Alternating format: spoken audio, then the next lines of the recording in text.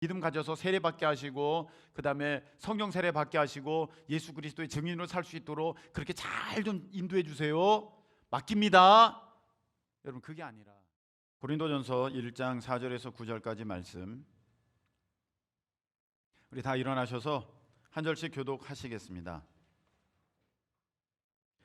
그리스도 예수 안에서 너희에게 주신 하나님의 은혜로 말미암아 내가 너희를 위하여 항상 하나님께 감사하노니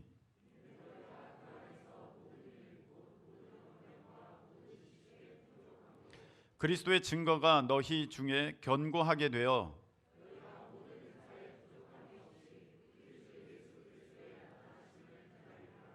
주께서 너희를 우리 주 예수 그리스도의 날에 책망할 것이 없는 자로 끝까지 견고하게 하시리라. 그의 아들 예수 그리스도 우리 주와 더불어 교제하게 하시는 하나님은 미쁘시도다. 아멘. 자리에 앉으시기 바랍니다. 기도드리겠습니다. 하나님 아버지, 우리의 마음 열어 주시옵소서. 우리의 생각 열어 주시옵소서. 아버지 하나님, 머리로 듣는 것이 아니라 귀로만 듣는 것이 아니라 하나님 믿어지게 하여 주옵시고 내 삶에 하나님 순종되어지고 적용되어지는 살아있는 생명 말씀 될 수 있도록 하나님 역사하여 주시옵소서. 예배에 집중할 수 있도록 도와주옵시고 방해하는 모든 것들은 다 떠나가게 하여 주옵시며 말씀을 듣는 가운데 하나님의 음성 듣고 응답 받는 역사가 우리 모두 가운데 있게 허락하여 주시옵소서. 예수님의 이름으로 감사하며 기도하옵나이다. 아멘. 자, 한번 따라하시기 바랍니다. 알곡이 되라. 알곡이 되라. 네, 오늘 맥주 감사 주일을 맞아서 알곡이 되라라는 제목으로 하나님 말씀 우리가 함께 나눌 때에 귀한 은혜가 있는 저와 여러분 되시기를 예수님의 이름으로 축복합니다.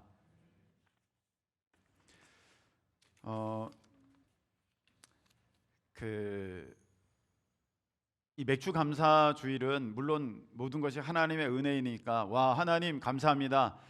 내가 이런 것 받았습니다. 또 이런 것을 얻었습니다. 반년 동안 내가 수고하여 이렇게 살 수 있었습니다. 하나님 참 감사합니다. 라고 우리가 추수한 것, 열매 얻은 것에 대해서 하나님께 감사하는 특별한 오늘 예배이기도 하지만 사실은 우리 자신이 알곡되어야 될 줄로 믿습니다.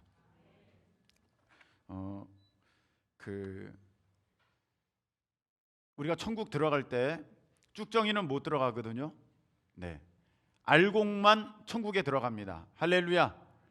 그래서 우리가 알곡 하나, 쭉정이 하나도 없이, 우리 성도들은 하나도 없이, 온라인으로 예배 드리시는 분, 또 말씀 함께 하시는 분 하나도 쭉정이 없이 다 우리가 알곡돼서 천국 곳간에 그렇게 주인께서 하나님께서 이렇게 모아 드리시는 우리가 되기를 간절히 또 소망하면서 오늘 예배를 드리고 있습니다.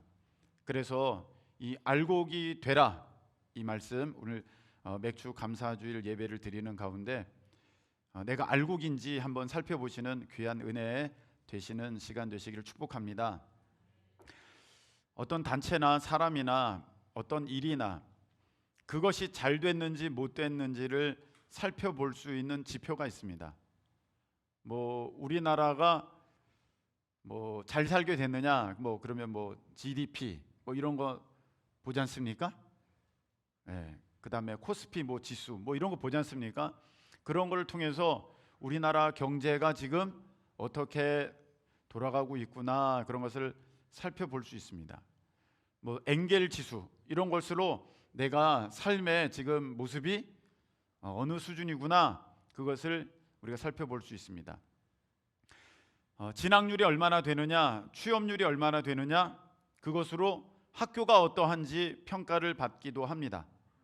우리가 사업을 하게 되면 매출이 얼만큼 됩니다. 그걸로 그 사업체가 이제 진단되어지는 그런 일이 있습니다.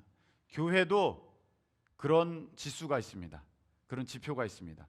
저 교회가 지금 건강하게 성장하는가, 어떤가, 보는 그런 것이 있습니다.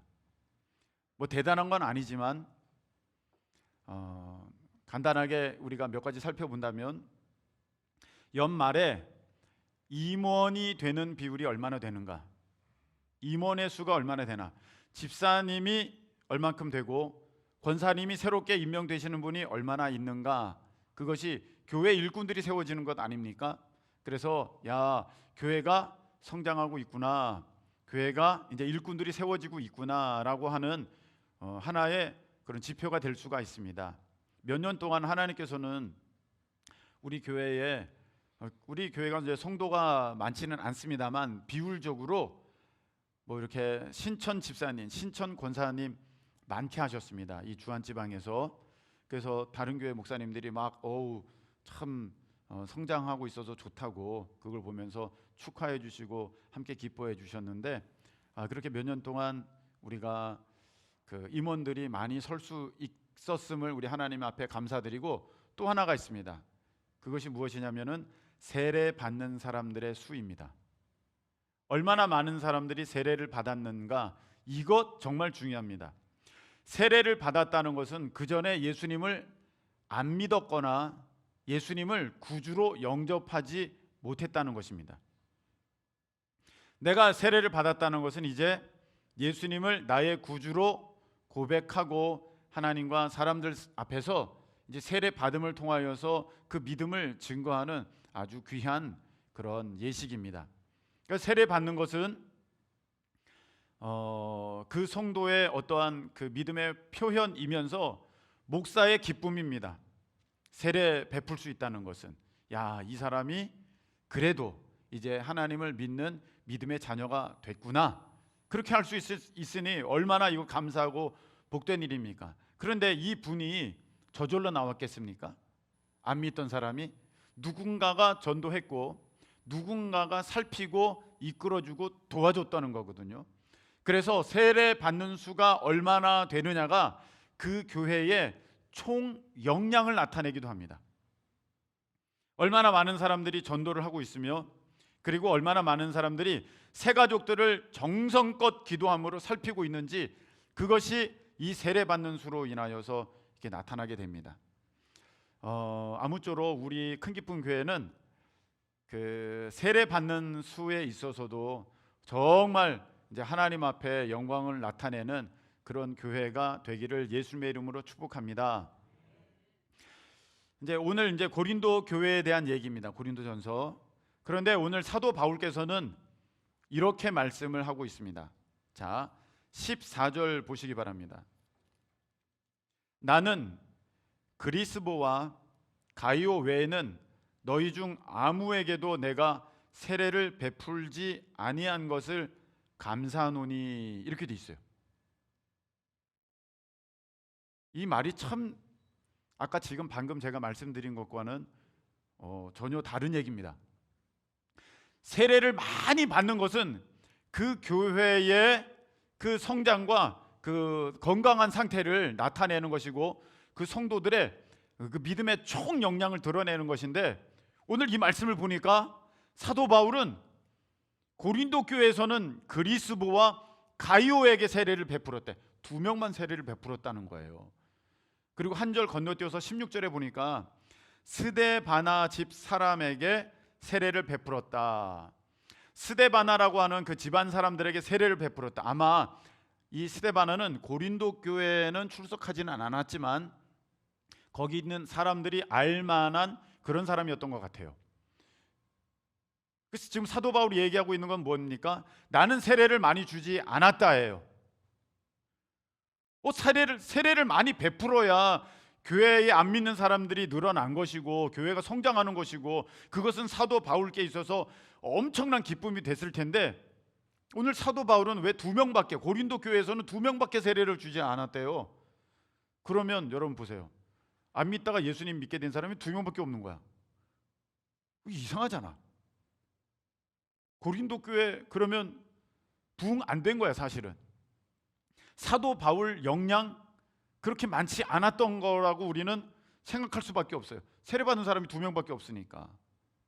그런데 오늘 말씀을 잘 보면 이 그리스도보와 가이오 외에는 내가 세례를 베풀지 않았다. 그 말은 다른 누군가가 세례를 베풀었다, 그 얘기예요.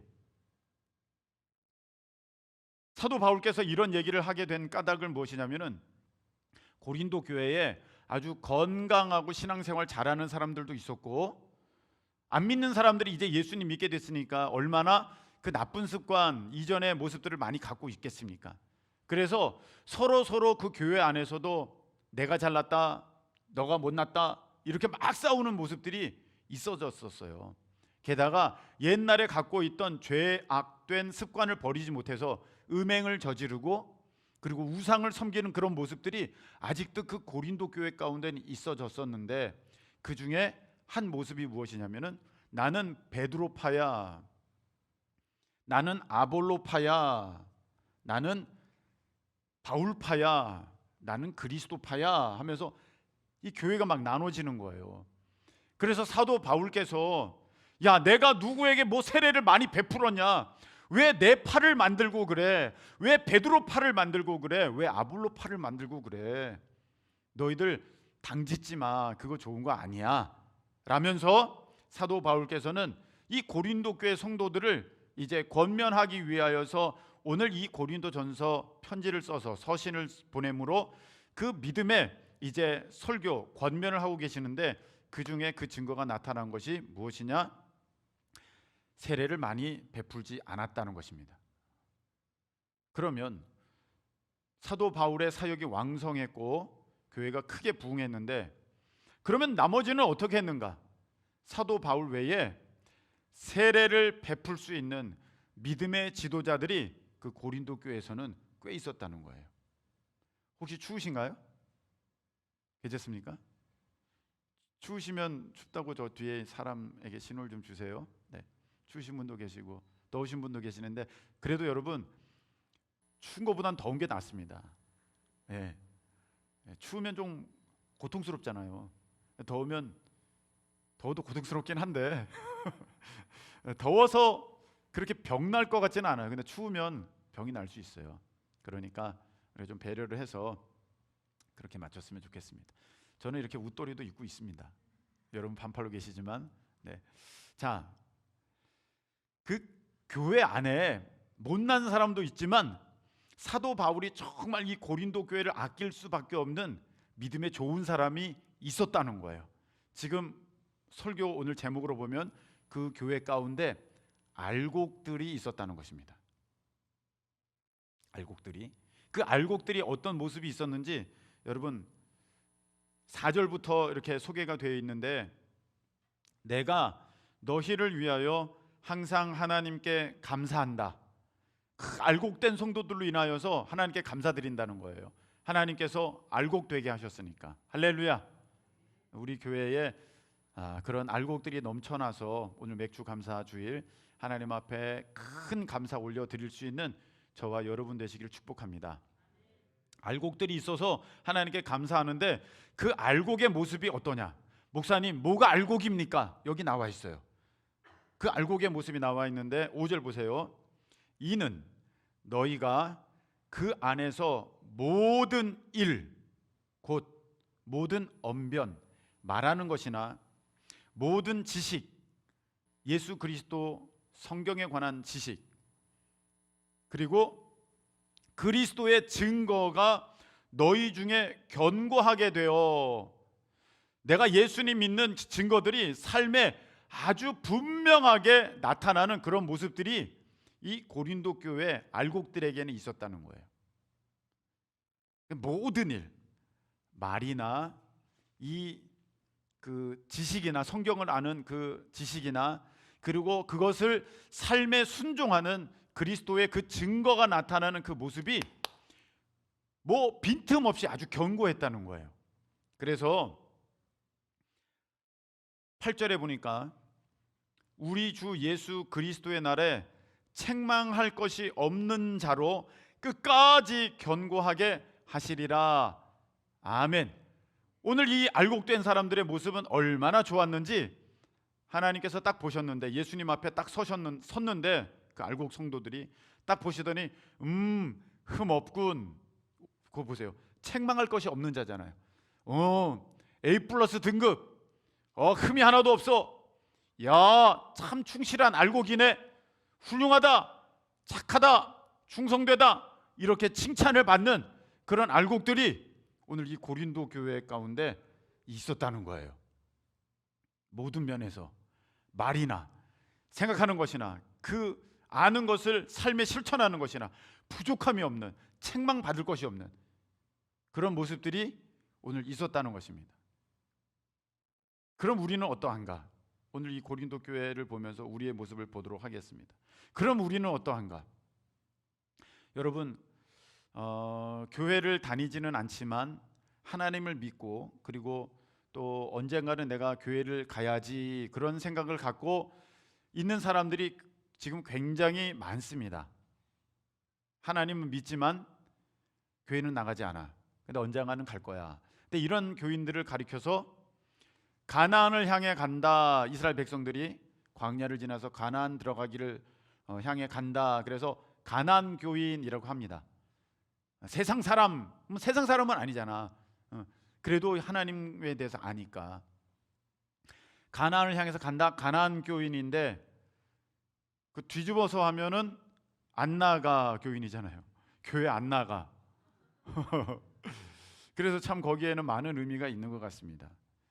근데 그분들을 대상으로, 가나안 교인을 대상으로 왜 교회를 안 나갑니까? 라고 조사를 하니까 제일 많은 퍼센트가 무엇이냐면은 목회자에 대한 실망, 교회에 대한 실망이에요.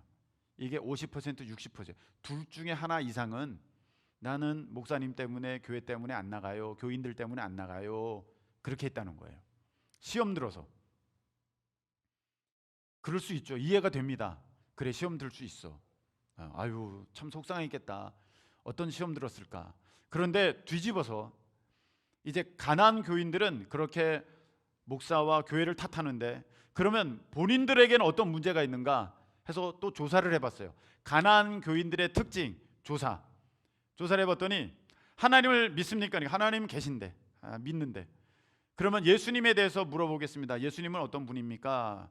물어봤더니 대답하는 사람이 10명에 7명 대답 못하더래요. 어떻게 구원을 받습니까? 십자가는 당신에게 어떤 의미가 있습니까? 우리가 예수 그리스도를 믿는 사람으로서 자신의 십자가를 지고 예수님을 따라가는 삶은 무엇입니까? 대답을 못하더래요. 통계적으로 73%가 하나님을 자기가 믿는다 그러지만 성경에 있는 가장 기초적인 것도 모르고, 가나안 교인을 말하는 것입니다. 기초적인 것도 모르고 그리고 예수님이 자기 삶의 중심인지도 모르는 사람들이 가나안 교인의 10명 중에 7, 8명이래요. 그러면 교회가 문제가 있고 목사님도 문제가 있지만 정작 가장 큰 문제는 자신에게 있을 수도 있다는 거예요.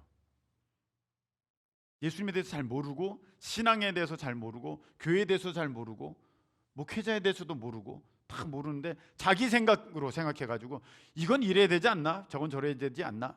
그래서 마음에 안 들어. 교회를 안 나가게 됐다는 거예요. 그래서 여러분, 이 말씀에 대해서 잘 모르면, 예수님에 대해서 잘 모르면 교회를 떠나가게 될 가능성이 굉장히 높습니다. 그러면 교회를 나오고 있는 사람들은 그럼 안전한가? 조사를 또 해봤어요. 조사를 해봤더니 네, 하나님 믿습니다. 예수님도 믿습니다. 그러면 이런 부분은 무엇을 말하는 것입니까? 성경에 대해서 물어보니까 대답을 못 하더래요. 그거 목사님 말씀하셨는데 잘 모르겠어요. 목사님께 물어보세요. 열의 3명은 아주 가장 기초적인 것도 대답을 못 하더래요. 제가 한 번씩 물어보겠습니다. 이제 열의 3명은 대답을 못 하더래요. 가장 기초적인 것도. 왜 십자가에 달린 예수를 믿으면 구원을 받습니까? 설명을 못 하더래요. 여러분은 어떻습니까? 그리고 조금 더 나가서 아주 가장 기초적인 거, 예수님 믿으면 구원받고 십자가에 달려 돌아가신 거, 나를 위해 죽으셔서 가장 기초적인 거는 설명할 수 있는데 조금만 더 나가서 질문을 하면 그것도 대답을 못 하더래요. 그렇게 또 열의 3명, 4명은 대답을 못 하더래요. 그래서 교회를 다니고 있지만 10명 중에 7명, 6명은요 하나님 말씀을 잘 모르더래요. 여러분은 어떻습니까? 그래서 이단이 와서 이렇게 얘기하고 저렇게 얘기하면 다 넘어가는 거예요. 세상 사람들이 뭐라고 한마디만 뻥끗하면 입도 못 열고 다 넘어가는 거예요. 야, 약자를 도와줘야지 하면서 동성애에 대해서 은근슬쩍 집어넣어도 거기에 대해서 답을 못하는 거예요. 왜? 몰라. 교회를 다니면서도 열에 6, 7명은 몰라요. 그래서 대답을 못해요. 에이, 그런 건 몰라. 목사님께 물어봐. 아예 난 복잡해. 나 안 해. 그런 건. 그렇게 한다는 거예요. 여러분, 이 모습이 사실은 아직 알곡되지 못한 모습입니다. 오늘 고린도 교회에 알곡된 사람들의 그 모습은 무엇이냐면은 언변, 말도 그렇고 지식, 아는 것도 그래요. 성경적인 지식. 그리고 그 지식에 따라 삶에 순종하는 모습, 예수 그리스도를 그 믿는 증거가 너희 중에 견고하되 분명히 보여져서 알게 된대. 야, 틀림없구나. 틀림없이 순종하고 있구나. 틀림없는 예수님의 사람이구나. 다 알게 된대. 근데 우리는 물어볼까 무서워. 그 말은 무슨 말입니까? 알곡이 아니라는 거예요. 오늘 제목은 무엇이죠? 알곡이 되라. 천국은 누구만 갑니까? 알곡만 가는 거예요. 그날의 알곡은요, 책망할 것이 없는 사람이에요. 저는 여러분들이 알곡 안 됐기 때문에 여러분들 다 지옥입니다. 제가 그 말씀을 드리는 게 아닙니다. 추수 때라는 것이 그 이삭이 다 익은 것을 거두어 드리는 것이라면 우리가 지금 예수 그리스도의 장성한 분량을 향하여서 걸어 나가고 있는 익어가는 과정, 성화의 과정을 겪고 있기 때문에 여러분, 우리가 더 깊이, 더 풍성하게, 더 크게 예수 그리스도의 그 장성한 분량에 이르기를 소망하여서 우리가 알곡이 되라, 이렇게 말씀이 드리는 거예요. 참 안타까운 것이 그렇게 교회를 다니면서도 예수님을 몰라요. 성경을 몰라요. 아무것도 몰라요. 나는 몰라요. 다 몰라. 아무것도 몰라. 물어볼까 무서워. 아, 목사님 이거 당연한 거 아니에요? 그러니까 목사님이 있는 거죠. 근데 성경은 그렇게 말씀하지 않습니다. 히브리서 5장 12절의 말씀을 보도록 하겠습니다. 한번 보겠습니다. 잘 보이시나요? 자, 함께 읽겠습니다. 자, 읽어볼까요? 시작. 때가 오래되었으므로 너희가 마땅히 선생이 되었을 터인데. 자, 때가 오래되었어. 너 5년 믿었잖아. 10년 믿었잖아. 20년 믿었잖아. 30년 믿었고 40년 믿었잖아. 마땅히 뭐가 돼 있어야 돼? 선생이 되어야 돼. 하나님의 말씀에 대해서 가르칠 수 있어야 되고 설명할 수 있어야 되고 이것을 이해시킬 수 있는 선생님이 이미 됐어야 되는데 너희가부터 읽겠습니다. 시작. 너희가 다시 하나님의 말씀의 초보가 되하여 누구에게서 가르침을 받아야 할 처지이니 단단한 음식은 못 먹고 젖이나 먹어야 할 자가 되었도다. 이렇게 돼 있어요.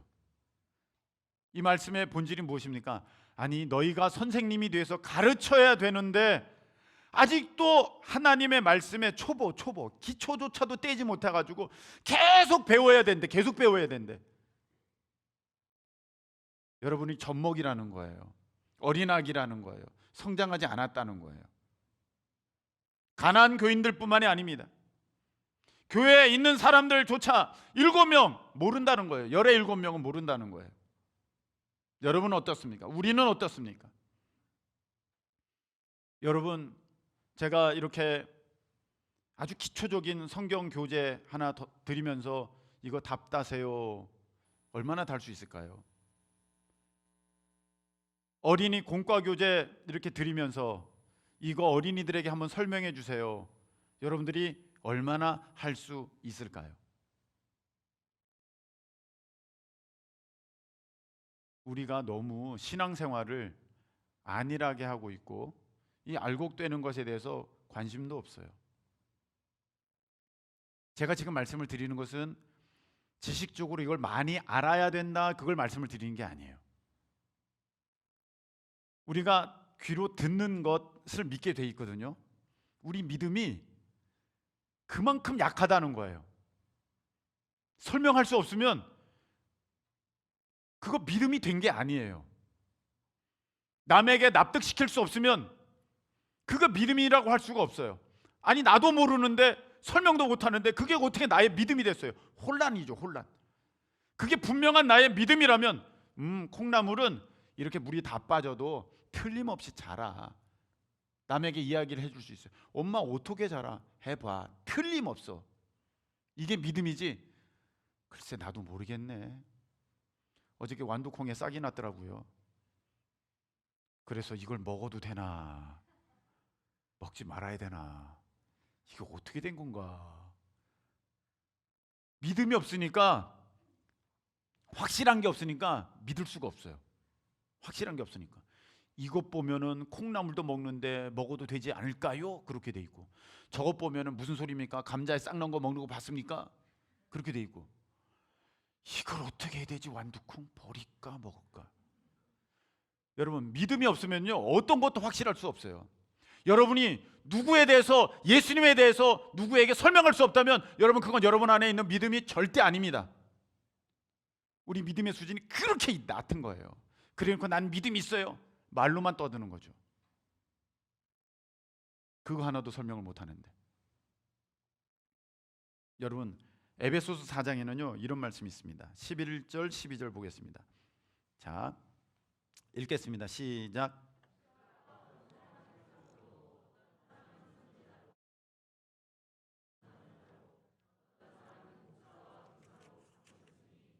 이는 성도를 온전하게 하여 봉사의 일을 하게 하며 그리스도의 몸을 세우려 하심이라. 아멘. 자, 여기 보면 어떤 사람은 목사, 어떤 사람은 교사 이렇게 삼으셨대. 그렇게 하는 이유가 뭐냐면 성도를 온전하게 해서, 성도를 가르쳐서 그 성도가 봉사의 일을 하게 하며 그리스도의 몸을 세우려 하심이라. 목사님 혼자서 다 하는 게 아니라 성도를 온전하게 하여서 그 성도가 봉사의 일도 하고 교회를 세운다는 거예요. 성도들이 한다는 거예요. 성도들이 한다는 거예요. 여러분, 지금 교회는 대부분 이런 모습입니다. 어떻게 누군가를 이렇게 간신히 꼬셔서 데려왔어. 꼬셔서 한번 가봐, 이번에 뭐 잔치해 뭐 해서 꼬셔서 데려왔어. 복음을 전해서 데려온 게 아니야. 예수님 전해가지고 예수님 믿어서 온 게 아니야. 꼬셔서 데려왔어. 자, 목사님 제가 전도했어요. 이제 목사님 예수님에 대해서 알려주세요. 그리고 예수님을 영접시켜 주세요. 그리고 세례 받을 수 있도록 교육도 시켜주세요. 세례 주세요. 그리고 성령 세례 받도록 그것도 알려주세요. 그리고 방언받고 그 다음에 교회에서 봉사하고 생활할 수 있도록 목사님 앞으로 쭉 관리해 주세요. 지금 대부분의 교회에서는요 신앙생활을 그렇게 합니다. 나는 그냥 어떻게든지 데려오면 나머지는 목사님이 알아서 하시는 거야. 나머지는 전도사님이 알아서 하시는 거야. 나는 할 일 다 했어.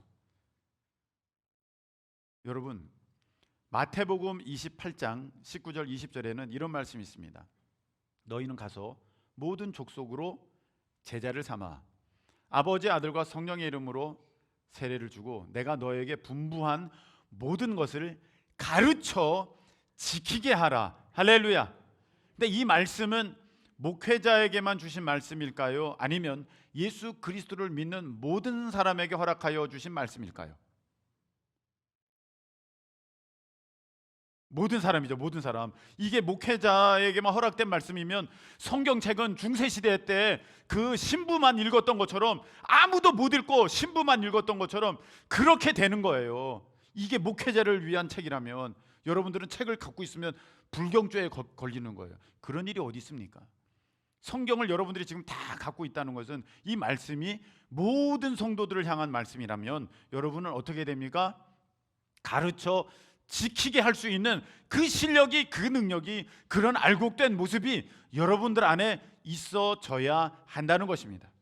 여러분, 온전한 씨앗만 심을 때 거기서 싹이 나고 다시 열매가 맺을 수 있는 거지, 껍데기 쭉정이는요 심으면 썩어 없어지는 거예요.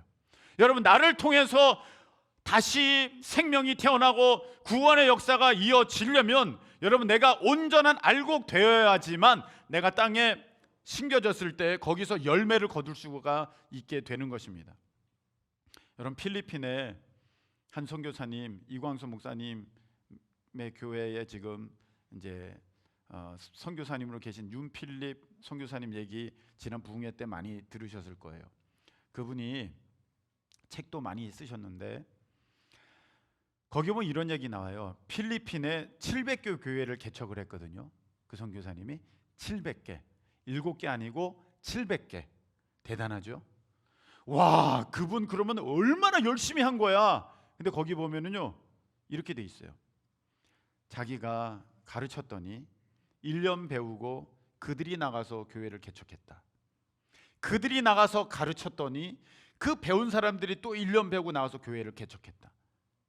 2명을 가르쳤더니 2명을 또 가르쳐서 4명이 되고 그 4명이 8명이 되고 16명이 되고 막 그래서 교회가 개척되게 되는데 수년 내에 교회가 700개가 된 거예요. 그분들이, 제가 필리핀 분들을 무시해서가 아니라 거기 보면 많이 배웠다고 돼 있지 않아요. 높은 학력이라 돼 있지 않고 그분들이 가진 게 많다고 되어 있지가 않습니다.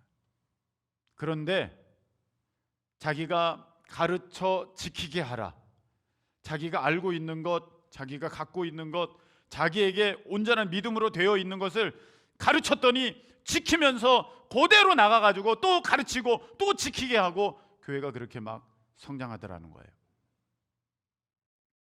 목사님, 저는요 못 배워가지고요 몰라요. 저는요 머리가 나빠서 몰라요. 여러분, 하나님의 말씀은요 세상에서 초등학교, 중학교, 고등학교, 대학을 졸업했다고 더 잘 알 수 있는 거 아니고요. 하나님의 말씀은 내가 세상적으로 어느 지위 뭘 가졌어야만 내가 믿을 수 있는 것 아닙니다. 하나님의 말씀은요 누구든지 성령께서 허락하여 주시는 그 깨달음 가운데, 그 도우심 가운데 믿게 되는 것이지 자기 힘으로 하나님을 알 수 있는 사람은 아무도 없습니다. 그렇다면 여러분, 우리는 하나님 앞에 다 공평한 거예요. 목사님은 신학교 나왔으니까 이거 다 아는 거잖아요. 여기 신학교 다니는 친구들 몇 명 있는데 아무것도 몰라요. 물어볼까 무서워해요. 학교에서 가르쳐 주는 것은요 없어요. 학교에서는요 성경 가르쳐 주지 않아요. 자, 오늘은 몇 장 배우겠습니다. 자, 펴보세요가 아니라 오늘은 이 책에 대해서 배우겠습니다. 신학자들에 대해서 배우는 거지 신학교지 성경책을 배우는 것 아니에요. 저 이거 말씀 어떻게 알게 됐을까요? 성령의 도우심을 따라서. 이것은 여러분도 동일하다는 것입니다.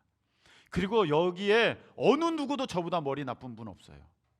저는 목사로서 성경에 대해서 조금 더 알까? 세상에 대해서는 여러분 너무너무 다 박식하고 정말 지혜로워요. 어쩜 그렇게 다 똑똑하신 줄 몰라요. 여러분들 능히 하실 수 있어요. 학교는요 내가 다 알기 때문에 다니는 게 아니에요. 배우고자 하는 마음이 있기 때문에 다니는 거예요. 여러분, 무엇을 배우고 있다면 그거 다 알기 때문에 지금 다니는 겁니까? 아니에요. 배우려고 다니는 거거든요. 여러분, 교회는요 5가지 기본적인 요소가 있어요. 그 중에 하나가 디다케, 교육입니다.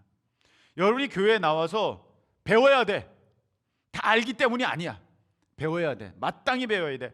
하나님에 대해서, 예수님에 대해서, 성령님에 대해서, 천국에 대해서 배워야 되고, 신앙생활에 대해서, 믿는 사람의 도리에 대해서, 그리고 경건이 무엇인지, 순종이 무엇인지 배워야 돼. 다 배워야 돼. 그 머리로만 배우는 것 아니야.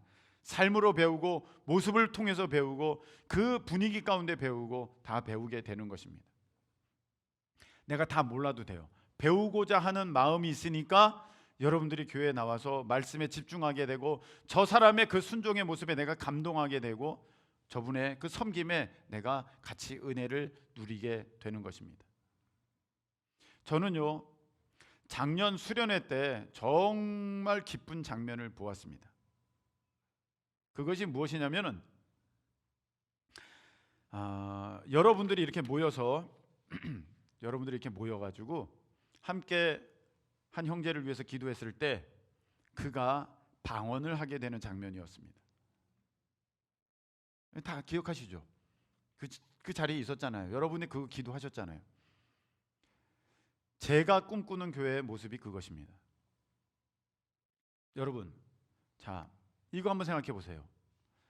어떻게 간신히 꼬셔가지고 한 사람 데려다 놓고, 목사님, 이 사람 예수님 소개시켜 주셔서 영접하게 하시고, 그리고 믿음 가져서 세례 받게 하시고, 그 다음에 성령 세례 받게 하시고, 예수 그리스도의 증인으로 살 수 있도록 그렇게 잘 좀 인도해 주세요. 맡깁니다. 여러분, 그게 아니라 성경에서 말씀하시는 성도의 모습은 내가 예수 그리스도를 전하고, 내가 전해서 그가 들음으로 말미암아 그가 예수 그리스도를 영접하게 되고, 그가 예수 그리스도를 믿음으로 말미암아 교회 많은 사람들 앞에서 이제 질서를 따라 목사님께 세례를 받음으로 그의 믿음을 표하게 되고, 하나님의 약속된 말씀을 통하여서 그가 성령 세례 받고, 내가 그를 위해서 붙들고 기도할 때 그가 성령 세례 받고 방언하게 되고. 할렐루야. 여러분, 그게 온전한 성도의 모습이고 그게 알곡된 성도의 모습이에요. 여러분, 당연히 여러분들이 그렇게 하셔야 돼요. 속회에서 그런 일이 일어나야 됩니다. 저는 아직 가장 우리 교회의 장점을 지금 감추고 있습니다. 저는 우리 교회는 속회 중심, 속회의 강력한 역사가 있는 교회로 저는 목회를 할 것입니다. 옛날부터 그렇게 저는 말했고요. 네. 그래서 지금 수요일 날에 속회 예배 드리는 그것도 다 이유가 있는데 제가 좀 확인 좀 해보겠습니다.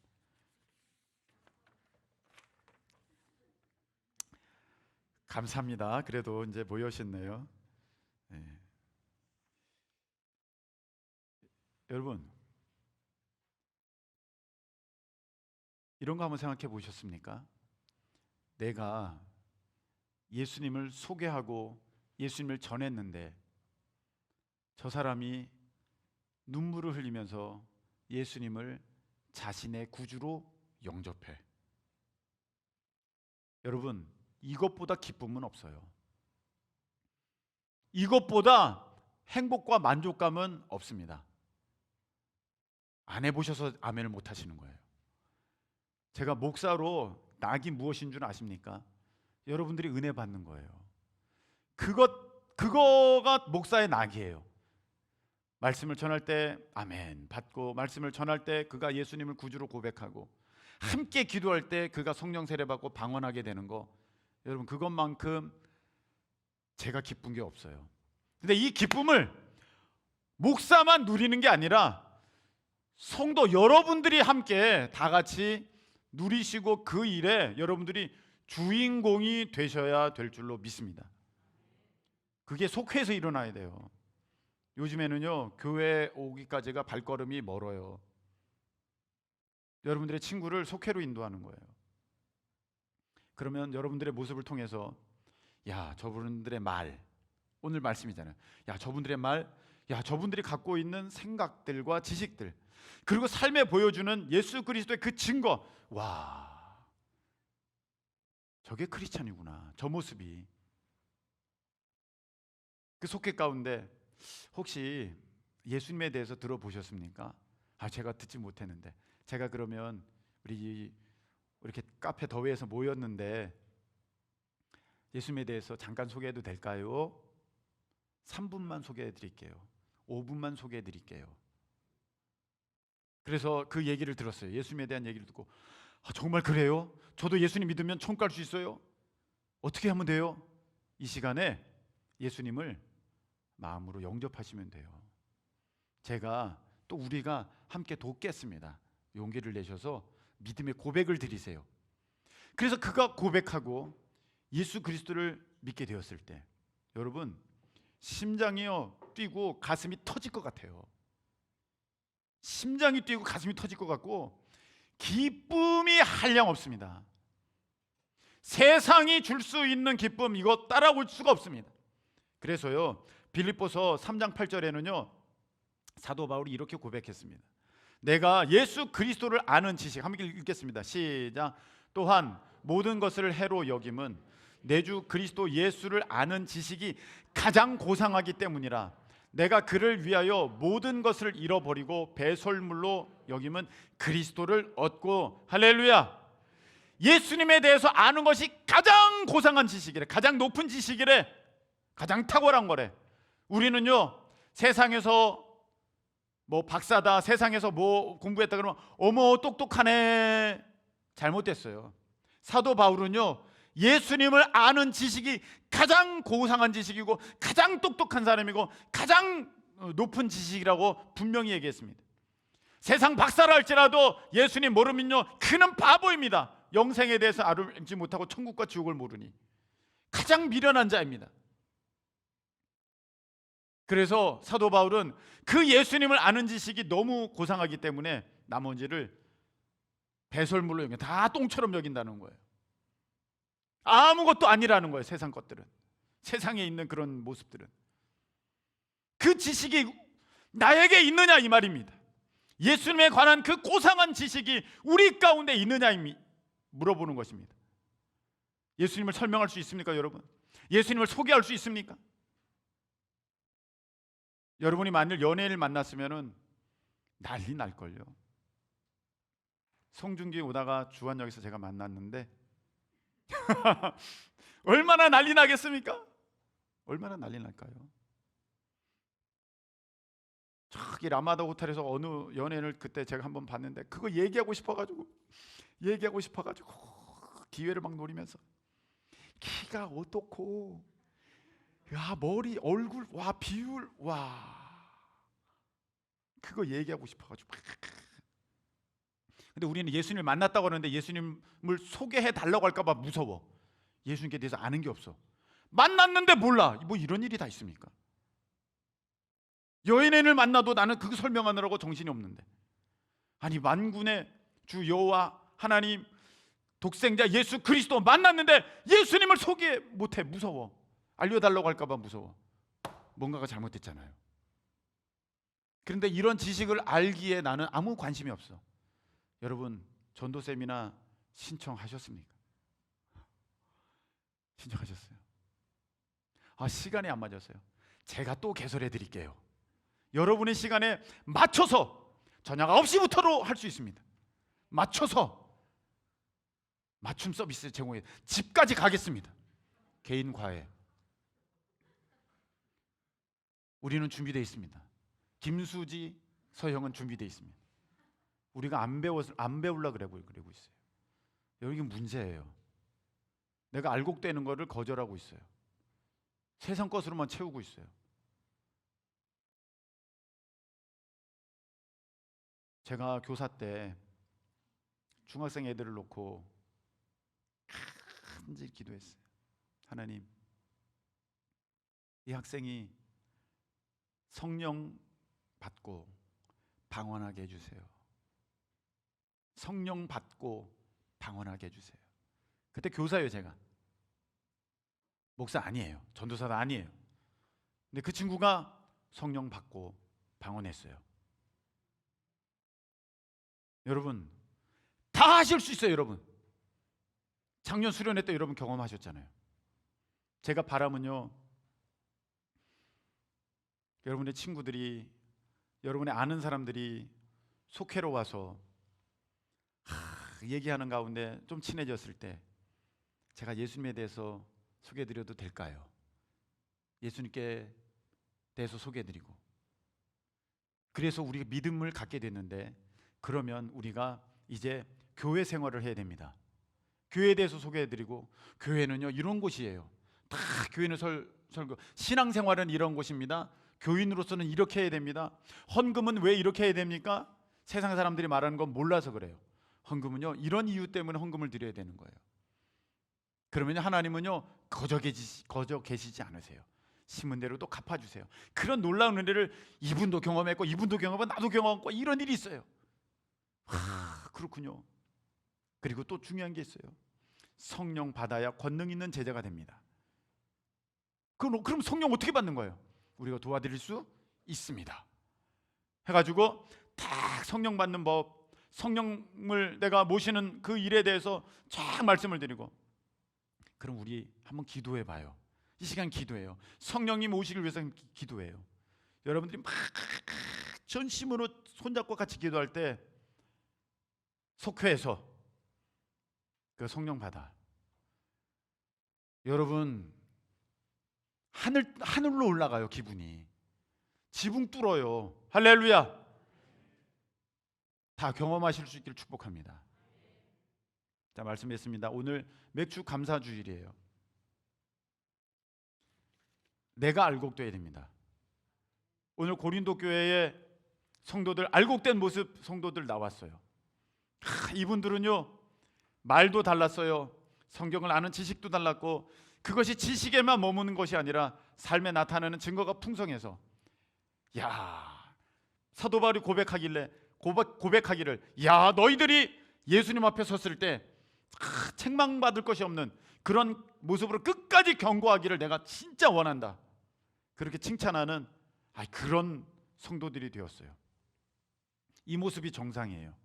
누가 물어볼까 무서워하는, 예수님에 대해서 누가 물어볼까 무서워하는 모습은요 잘못된 모습이에요.